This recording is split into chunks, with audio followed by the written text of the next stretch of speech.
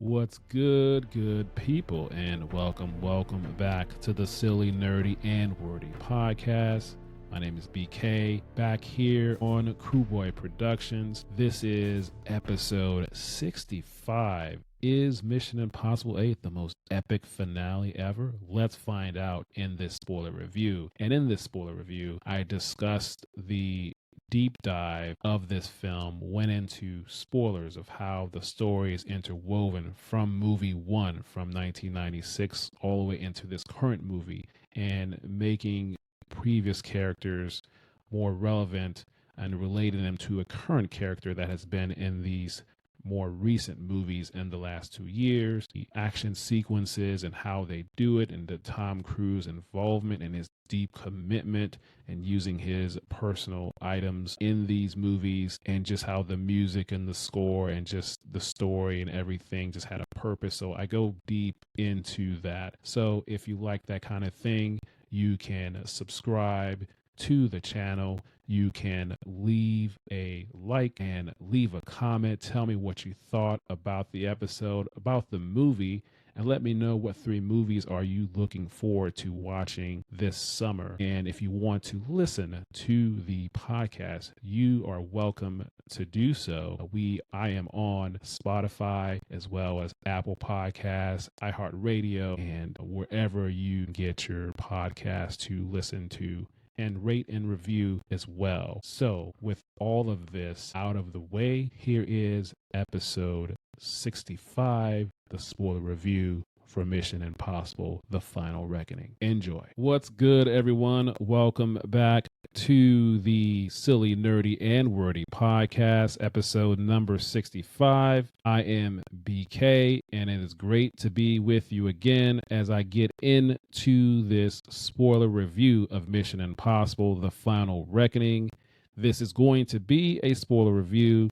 This is your spoiler warning. You have been warned. If you haven't seen it, go check it out and come back, give me a listen, give me a watch, and let's get into it. I hope everybody's doing well. What's going on, everybody? Very excited to talk about this movie. I enjoyed this movie. It was one of my movies I was looking forward to the whole year. I know there's some other big ones coming up later this year and this summer, but this one was a big one for me. And this movie is directed by Christopher McQuarrie, and he has directed 3 previous Mission Impossible movies, so he has a great working relationship with Tom Cruise. The previous Mission Impossible movies that he directed include Mission Impossible Rogue Nation back in 2015, then Mission Impossible Fallout back in 2018, and then Mission Impossible Dead Reckoning Part 1 back in 2023. And of course, now we have this new one here in 2025. And this movie stars Tom Cruise, and Tom Cruise is a producer on this film. It also stars Pom Klementieff, Haley Atwell, Simon Pegg, Vin Rames, Esai Morales, Shea Wingham, and Angela Bassett. Very prominent role, bringing her back. Very good to see her. And this was a awesome movie. I enjoyed this from start to finish. Just overall, I enjoyed it. I really didn't have any issues except one small minor nitpicky thing. But the way this movie started, the way it opened with, it was a long open, about 30 to 45 minutes before the opening credits. I like how they opened, and just kind of paying homage to all of the previous films, the previous characters, the actors, and of course, one of them unfortunately passed away, paying homage to him, Philip Seymour Hoffman, and just interconnecting all of the previous films into the story of this current film. And then also having Angela Bassett be the one delivering her character, delivering the message, the mission to Tom Cruise. And she was able to say the words, "This mission will self-destruct in 5 seconds." And as she said on a recent interview on one of the morning talk shows. I can't remember which one, but she said that it was the first time that a woman had said those words in the film, because all previous 7 films, it was always a man saying that this mission will self-destruct. So she was very excited, as she was saying in the interview, that she got to say those words. So she was very excited to do it and just to come back in this role overall. And then she's just had a busy time on TV and film. Of course, she's in 911, that epic last 3 episodes of the season, and now being in this movie. But anyways, yeah, this movie opened pretty good, and that was just the opening, the way they just did it, and just bringing everything that was done from the very first movie back in 1996 all the way to now in 2025. So I really, really like how they brought her back. Of course, her character was in the 2018 Mission Impossible Fallout, and her character at that time was the director of the CIA. And so they now bring her character back, and now she is now the president of the United States in this film. So she goes from director of the CIA to president of the United States. So pretty great that they were able to bring her back all these years later. A little bit about the score and the music. Of course, the Mission Impossible theme itself and the music, I do like the way it was just interwoven all the way throughout this film from start to finish, in big moments and small moments, different instruments, different tempos, different arrangements, just putting that in as the moment needed it to be in the different conversations. Just really, really great how they did that. It's almost like the composer used how John Williams does with Star Wars, weaving in the theme of different Star Wars themes throughout Star Wars films. That's how this was done in this film. And then let's get to the action sequences. Enjoyed all of them, and they were very well put together. The chases, the underwater, the hand-to-hand combat, the explosions that everyone was involved in. Of course, I want to speak on particularly the underwater sequence. That one, I enjoyed that one. It did kind of slow the movie down, the pacing just a little bit, but it was necessary to do that. And obviously, Tom Cruise's character was underwater for a good period of time, and these stunts are very hard to do. Watching all of and knowing all of the previous Mission Impossible movies, and watching all of the behind-the-scenes featurettes, as well as recently Top Gun Maverick, I can say that I would believe most of the stunts, specifically about Tom Cruise stunts, I would say he probably did the majority of his stunts, just knowing and seeing all of the featurettes he's done, because he said in many times that he has trained his mind, he's trained his body to go and do these things for years and years. He's cultivated this,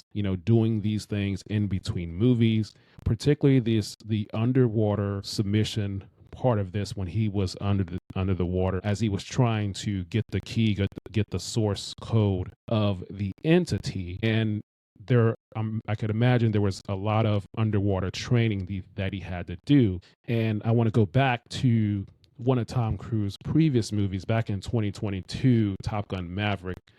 And he did an extensive amount of training along with his cast for that movie. And part of the training with that was underwater training as well. So I imagine that has helped him in this movie as well.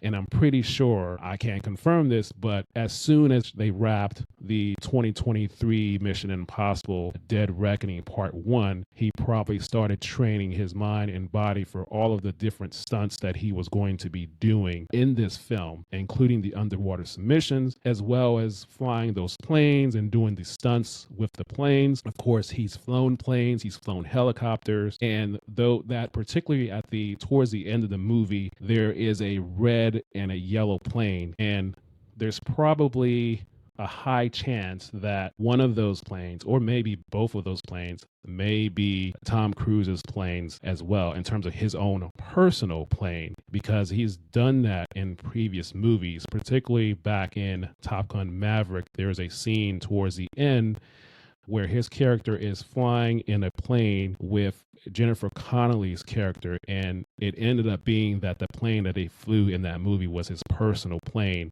It was shown in the behind the scenes featurettes. And so there's a good chance that one or maybe both of those planes were Tom's plane. But all of the stunts that everyone did, it was just well done. And it was very meaningful, well put together. Just enjoy them. So hats off to safety and stunt coordinators, stunt team, everyone involved in those stunts. And of course, you had to have the running. So he was running all over the place. Of course, he has to run in a Mission Impossible movie. And then the story along with the dialogue. I really love the story, the stakes, the high stakes that this movie went. And again, like I said before, just interweaving all of the previous Mission Impossible movies and bringing it into this story was a great idea, especially if this is supposed to be the final reckoning, the final Mission Impossible movie. Whether he comes back and does another one, who knows? But the way they made all of the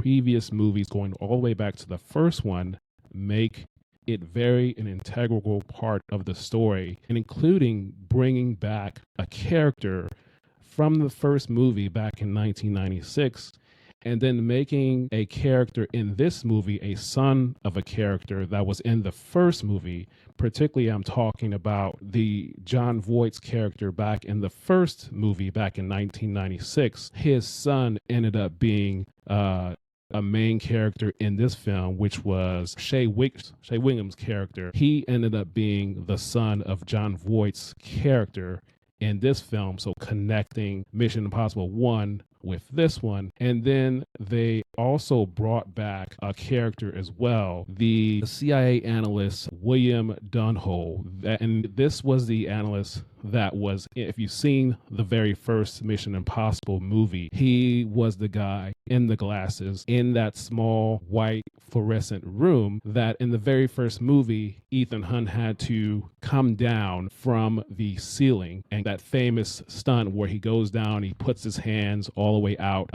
to steal the particular piece of information from the computer. And he does that. And of course, as he's going back up, there's a knife, and he drops the knife. And if he drops the knife, it hits the floor, the sensors, then he's going to be caught. But the knife drops on the desk, and it drops on the desk pointed up. And then Tom goes back up into the ceiling. He escapes. And then the guy, the CIA analyst, comes back in the room. He went for a lunch break. He came back. He didn't see anything, but then he saw the knife. He picked it up, and he didn't know where it came from. And then we fast forward to this film. This character appears in about the second act of the film, and they meet again, though they meet for the first time, and have a conversation. So they were able to bring him back. And then they also brought the prop back, that particular knife, and he was able to hand the knife back to Ethan Hunt, as a nice thing. So bringing that character back from movie 1 all the way into movie 8, that was a great idea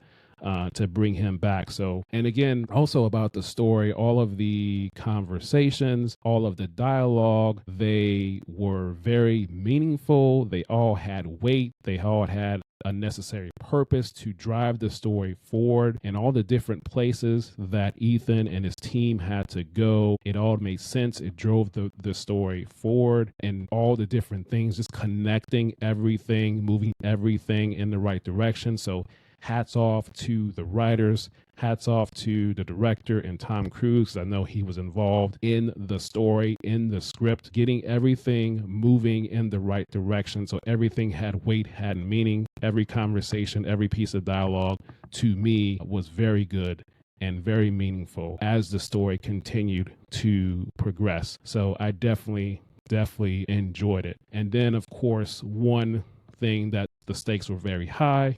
And of course, not everybody survived. And of course, the character of Luther, he did not survive. He was the one that was lost. He did die for a purpose to serve the story. So that was sad, but obviously necessary for the story. So losing him was sad. And then there was one moment of comedy in there. I thought it fit really well.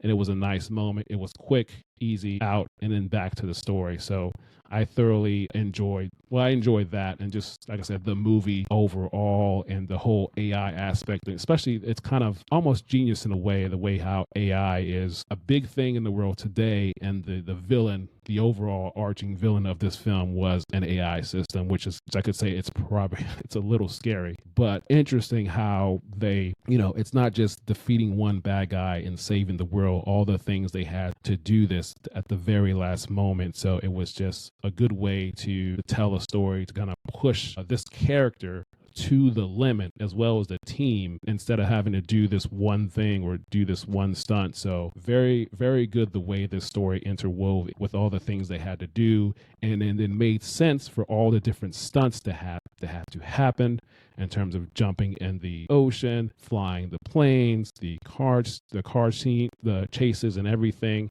So everything made sense.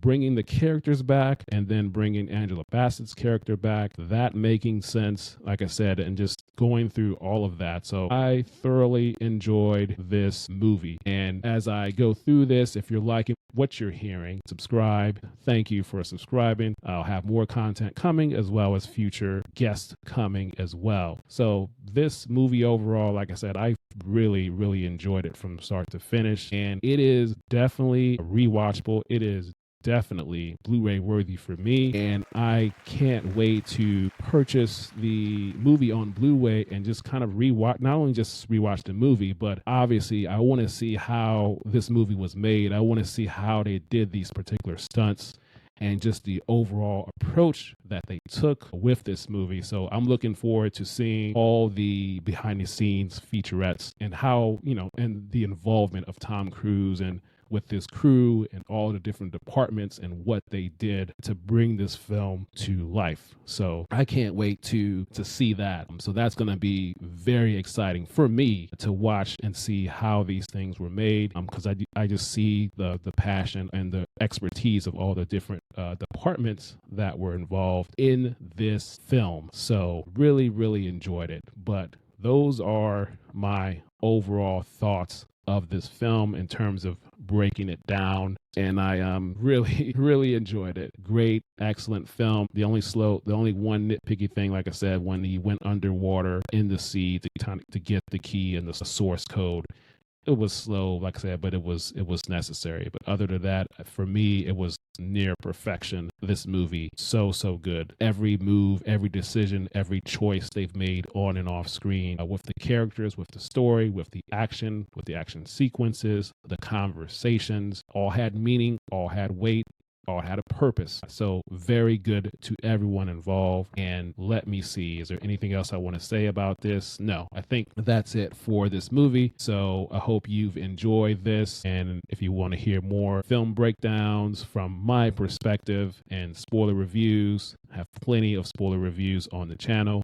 And if you want to listen to this podcast, you are able to listen. This podcast is on Spotify, is on Apple Podcasts, Amazon Music, iHeartRadio, Audible, and wherever you listen to your podcast, and watch it here on YouTube with Crewboy Productions, or watch it on Spotify as well. You can follow on Spotify. So leave a like, leave a comment. Tell me what you thought about the movie. Will you see the movie? What was your favorite part of the movie? Did you enjoy the action sequences? Is there anything that you didn't like? Tell me what you didn't like, if that is the case, and will you be watching it? Maybe it'll make you want to rewatch the previous Mission Impossible movies. And yeah, that's all for today. Like, subscribe, comment, follow, and of course, leave a review, rate as well on the audio side.